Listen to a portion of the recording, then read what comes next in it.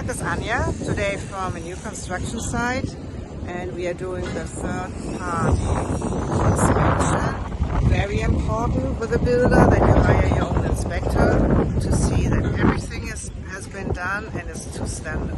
And today is our pre-sheetrock inspection.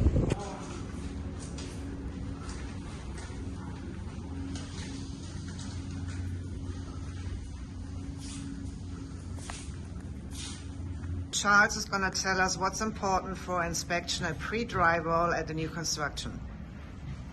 Hey everybody, basically we're looking for anything that's going to be covered up. So in this inspection we're looking at all of the wall framing, looking for any kind of wall framing deficiencies, same with the ceiling framing.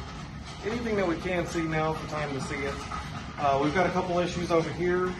Like on this wall frame, they took a big chunk out of this wall. They took too much out of that wall stud, which you can't do on a bearing wall.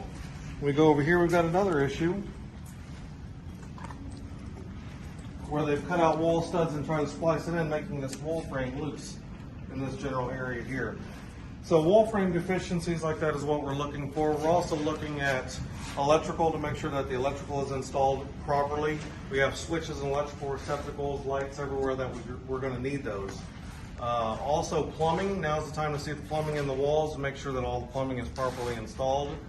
I'm going to be also looking at things like the AC rough in, as far as ducting, AC registers, that kind of thing.